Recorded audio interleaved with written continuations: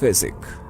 फेसिक Egypt की एक पारंपरिक डिश है। इस पारंपरिक मछली को शाम एल नसीम उत्सव में खाया जाता है, जो इजिप्ट में मनाए जाने वाले पारंपरिक त्योहार है। दोस्तों, इस त्योहार में फेसिक बनाने की पारंपरिक प्रक्रिया में सबसे पहले फेसिक को धूप में सुखाया जाता है, फिर इसमें नमक रखा जाता है। इसी वजह से दोस्तों ये प्रक्रिया लंबी हो जाती है और जिन्हें ये फिश नहीं मिल पाती है वो उसके बाद व्हाइट फिश का इस्तेमाल करते हैं।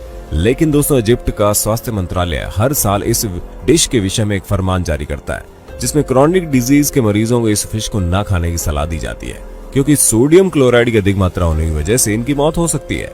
दोस्तों, इस फिश के जहर से तभी बचा जा सकता है जब तेल में तलने के दौरान उसको काफी तेज आंच में पकने दिया जाए, क्योंकि दोस्तों इजिप्ट में इस खतरनाक फिश को खाने से कई लोगों को हर साल अस्पतालों के चक्कर ही काटने पड़ते हैं और 2009 में इसे खाने से 4 लोगों की मौत भी हो गई। अब इतने खतरनाक फिश को पारंपरिक रूप से क्यों खाया जाता है ये तो आपको नहीं बता सकते, लेकिन इस परंपरा की कहीं ना कहीं कुछ ना कुछ बात तो अच्छी है, वरना जहां त्योहार आने पर लोगों को खुशी होनी चाहिए वहां लोगों को अस्पताल जाने का डर सताने लगेगा। Blood calms. दोस्तों, आप सोच रहे होंगे कि ये कैसा नाम है। हम आपको बता दें, इस जीव का ये नाम इसके अंदर मौजूद टिश्यू के लाल रंग की वजह से पड़ा है। दोस्तों, ये जीव दक्षिणी अफ्रीका की पूर्वी तटों से लेकर उत्तर पूर्व एशिया और ऑस्ट्रेलिया जैसे रीजन्स में पाया जाता है। वैसे इस जीव को उबाल कर खाया जाता है, लेकिन इसको खाने की सबसे बड़ी बात यह है कि इसको सही तरीके से और निश्चित देरी में उबाला जाए, वरना अगर कहीं ये काम कच्ची रह गई तो अन्य सुरक्षित काम के विपरीत इस ब्लड काम्स में कई प्रकार के वायरस और बैक्टीरिया होते हैं, जिससे हेपेटाइटिस ए, टाइफॉइड और पेचिस जैसी खतरनाक बीमारियां हो सकती है।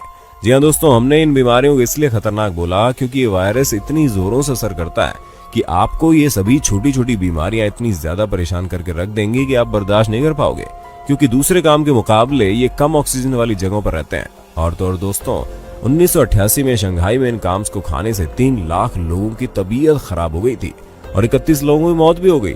इन सब चीजों को देखते हुए सरकार को इस काम्स के खतरे का अंदाजा हो गया और उन्होंने इस पर रोक लगा दी। Puffer fish. दोस्तों, नॉर्मली जापान में इस फिश को फूगू फिश कहते हैं। अब आप सोच रहे होंगे हम इस फिश को जापान में लिए जाने वाला नाम क्यों बता रहे हैं, क्योंकि दोस्तों इस फिश का सबसे ज्यादा सेवन जापान में होता है।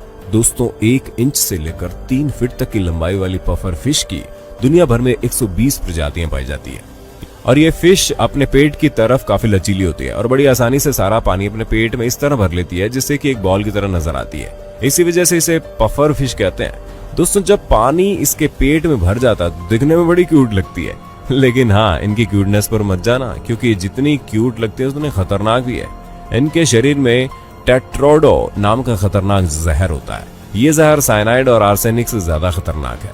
एक पफर मछली में मौजूद जहर करीब 30 लोगों की जान लेने के लिए काफी है। दोस्तों, इतनी ज्यादा खतरनाक होने के बावजूद जापान में लोग इसे खाने से नहीं चूकते, लेकिन हाँ, कोई भी ऐरा गहरा पफर फिश को नहीं बना सकता, बल्कि इसको बनाने के लिए स्पेशल ट्रेनिंग की जाती है और जब वो ट्रेनिंग पूरी होती है तो इस फिश को बनाने में परमिट मिल जाती है और वही इस पफर फिश को बना सकता है जिसने परमिट हासिल की होता है, क्योंकि अगर इस पफर फिश को बनाते इसमें थोड़ी सी भी चूक हो गई तो इसको खाने वाले की जान जाने में ज्यादा समय नहीं लगेगा। और दोस्तों, इसी वजह से थाईलैंड में इस पफर फिश को बैन कर दिया गया।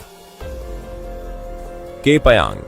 दोस्तों, साइनाइड के बारे में हम सभी जानते हैं, जिसके हल्के से डोज से आपकी जान जाने में ज्यादा समय नहीं लगता, बल्कि इसके स्वाद का भी पता नहीं चलता और मौत हो जाती है। लेकिन कैसा हो जब ये जहर पेड़ों पे उगने लगे?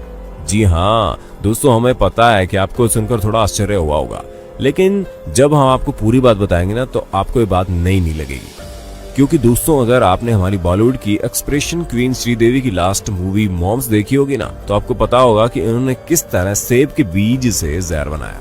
क्यों दोस्तों, याद आ गया? जी हाँ बिल्कुल, वैसे ही साइनाइड इस के पायांग फल में पाया जाता है, वो भी छोटी छोटी मात्रा में नहीं बल्कि भारी मात्रा में। और अगर इस फल को ठीक तरह से नहीं पकाया गया तो इसको खाने से किसी की मौत भी संभव है। हालांकि मलेशिया में पाए जाने वाला ये फल अब धीरे धीरे बहुत कम हो गया है, क्योंकि बाढ़ वगैरह आने की वजह से इसके पेड़ अपने आप गिर जाते हैं। एकेई। दोस्तों, जमाइका में पाया जाने वाला ये पेड़ वहां के लोगों में काफी लोकप्रिय है, क्योंकि इस पेड़ में उगने वाले फ्रूट्स को बढ़ चढ़कर वहां के लोग अपने खाने में इस्तेमाल करते हैं। लेकिन दोस्तों, अगर इस पेड़ का ये फल पूरी तरह से नहीं पका और आपने इसे खा लिया तो आपके बीमार होने से आपको कोई नहीं रोक सकता।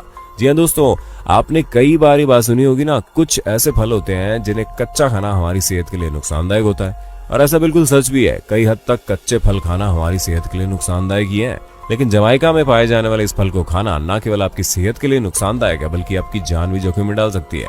जी हाँ दोस्तों, इस फल को खाने से हर साल जमाइका में लोग बीमार पड़ते हैं। लेकिन वही बात यहाँ भी आती है, जैसे सिगरेट और शराब जैसी चीजें आपकी सेहत को नुकसान पहुंचाती है, फिर भी लोग उसे खाने पीने से बाज नहीं आते। उसी प्रकार यहाँ के लोग भी इस खतरनाक चीज को खाने से बाज नहीं आते। तो दोस्तों आज के लिए बस इतना ही। वक्त है आपसे अलविदा लेने का। आपको हमारी वीडियो कैसी लगी कमेंट में जरूर बताइए।